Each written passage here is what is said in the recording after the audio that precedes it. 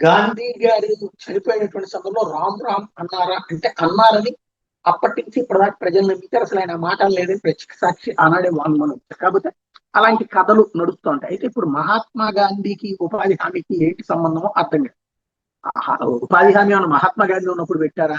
లేకపోతే ఉపాధి పనులు ఏమైనా మహాత్మా గాంధీ ఉన్నప్పుడు పెట్టారా? ప్రజలకు ఫ్రీగా బియ్యం అనేది ఆ రోజులు పెట్టారా? లేదే ఎన్టీ రామారావు ఆంధ్రప్రదేశ్ లో ఉచిత బియ్యం పెట్టిన తర్వాత దేశవ్యాప్తంగా బియ్యం పెట్టారు.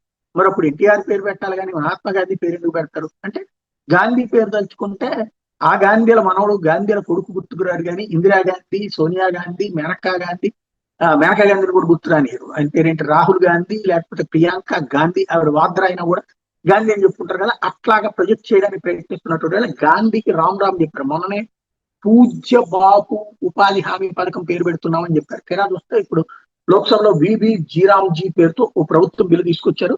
రాష్ట్రాలు 6 నెలల ఉపాధి హామీ చట్టాలు చేయాలని, 100 రోజుల నుంచి 125 రోజులకు ఉపాధి పెంచాలని, ఒక్కో రాష్ట్రానికి నిధులు అని కోటా కేటాయిస్తామని, అంతకు మించితే రాష్ట్రాలే భరించుకోవాలని, పంచాయతీల అవసరాలకు ఉపాధి హామీ వాడద్దని, వ్యవసాయ రద్దీ సీజన్లో ఉపాధికి కలిగించేటటువంటి హాలిడే ప్రకటించాలని, ఉపాధికి హాలిడే ప్రకటించాలని ఈ సందర్భంగా కోరారు. అదే సందర్భంలో గాంధీ పేరు తొలగింపు కారణం ఏంటంటే వీళ్ళు అడుగుతూ వచ్చారు. ఎన్డీఏ ప్రభుత్వం మహాత్మా గాంధీ గ్రామీణ ఉపాధి హామీ పథకం పేరుని మార్చారు.